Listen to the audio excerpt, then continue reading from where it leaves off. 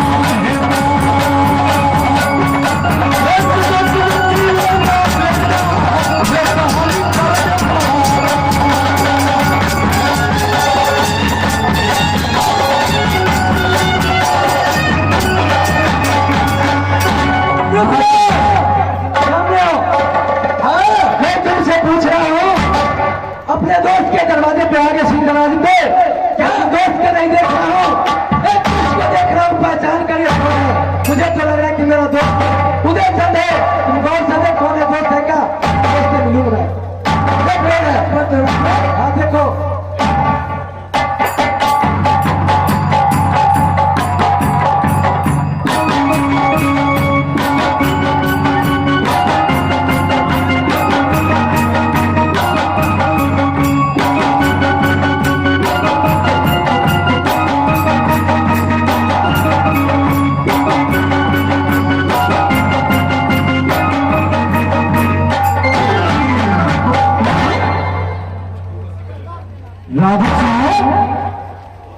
सिपाही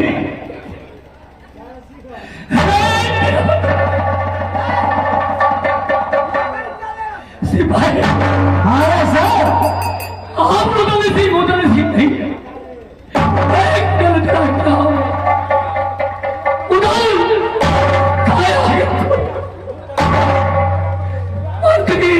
मास्टर से है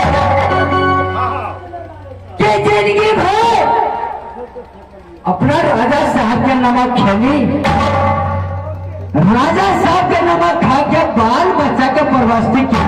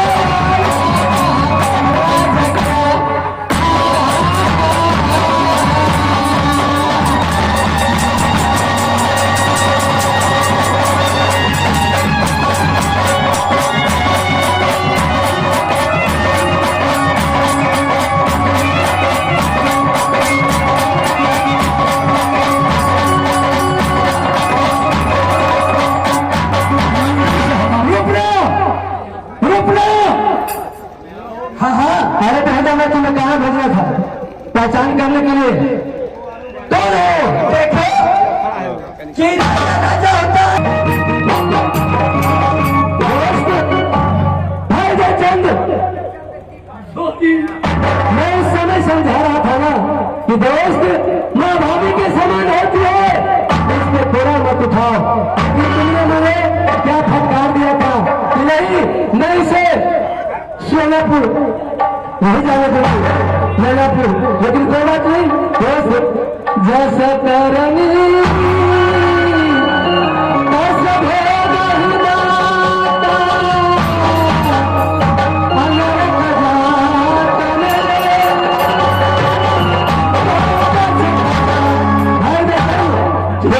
अब जो भाभी सेना ने साफ दे दी उसको तो तुम्हें भुगतना ही पड़ेगा।